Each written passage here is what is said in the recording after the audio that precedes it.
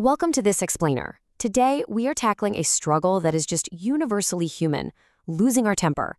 We're going to unpack this whole concept through a really fascinating case study about a young boy named Sood.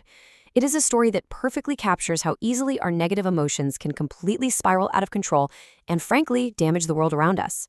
So my goal today is to break down this emotional journey step by step so we can all better understand the mechanics of frustration. Because let's be real, figuring out how anger operates isn't just about making you a better friend or family member, it's really about reclaiming your own peace of mind and mastering your own internal reactions.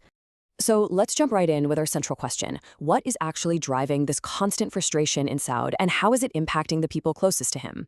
We all know someone like Soud. Or actually, if we're being totally honest with ourselves, we've probably all been Soud at some point. Think about it. How often have we let a really minor annoyance, like, say, being woken up too early, just completely ruin our morning and sour our mood for the entire rest of the day? To find the cure for this kind of chronic, bubbling anger, we first have to diagnose the symptoms and take a really honest look at the fallout it creates. That brings us to our first main topic, Soud's anger and its ripple effect. We're going to track Soud's behavior today not as isolated bad moments, but as an escalating pattern. Just watch how this builds in 4 distinct steps. First, he snaps over his morning snacks. We've all been a little grumpy before breakfast, right? But it doesn't stop there. Later at the park, he unnecessarily insults his friend Abu just for being a bit slow to pass a ball, literally telling him all he knows how to do is eat. Ouch. Later still, he yells at Sauda for accidentally waking him from a nap. And then the whole thing culminates in a super aggressive fight with Awab over something as trivial as a TV remote. Step by step, we're seeing this complete lack of emotional regulation push away his friends and family. What's absolutely fascinating here is the stark contrast in reactions. You've got Soud throwing out these intensely hostile words, calling his friends idiots, but then look at how his friends respond. They are incredibly patient. They literally tell each other to just let it go and try to get back to enjoying their snacks. This highlights a really common reality in relationships. At first, the people around an angry person will often try to act as an emotional buffer. They absorb the shock to keep the peace. But, as we'll see in a second, that emotional buffer always has a breaking point. You can actually track this tension escalating as that buffer starts wearing incredibly thin. We start with low tension in the morning. People are annoyed, sure, but they're letting it slide. Then we move to a medium tension at the park after Abu's feelings get hurt, and you can feel the environment starting to turn a bit toxic. And then bam, we hit a massive spike, a boiling point in the evening over that TV remote. These small, seemingly isolated moments of unchecked anger, they don't just disappear, they stack up. And by the time we hit that high-tension mark, his friends are actively discussing an intervention because Soud has crossed way too many lines. Which leads us directly into Section 2, the intervention and true strength. Just as Soud is threatening to take the remote by physical force, an older, wiser figure named Saad steps in, and he completely shifts the narrative by sharing this incredibly powerful Islamic teaching from Prophet Muhammad, peace be upon him.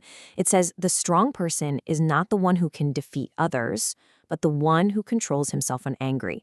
It is amazing how this one quote serves as the absolute moral anchor for the entire story.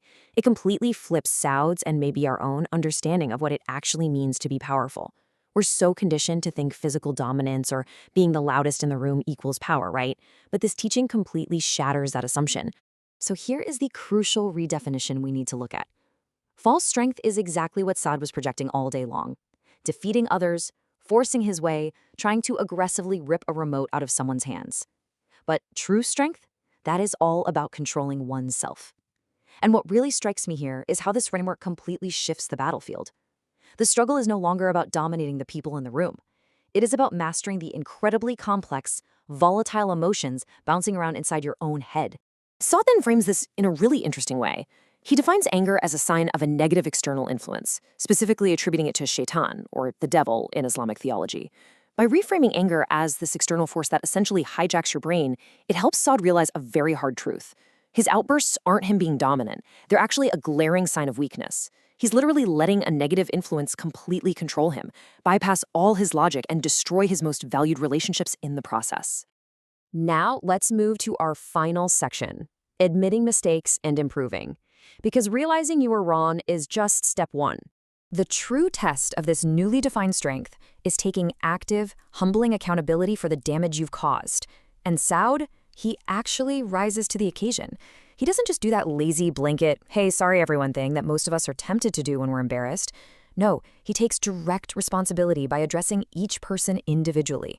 He apologizes to Awab specifically for the aggressive argument over the TV remote. He apologizes to Abu for his harsh, demeaning insults at the park.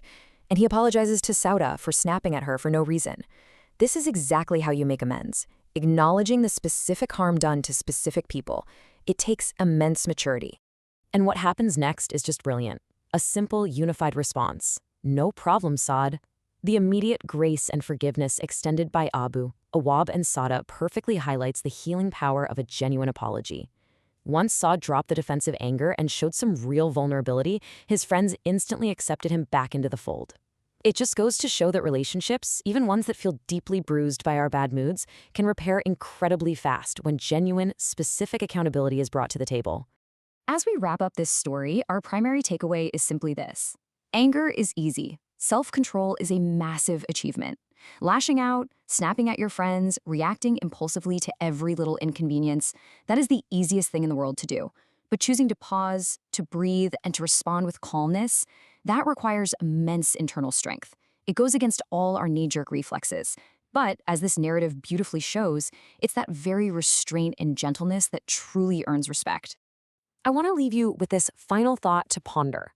Who in your life deserves a little more of your gentleness and a little less of your anger today? Take a second to really think about that as you step away from this explainer and back into your own friendships and families. Thank you so much for joining me today.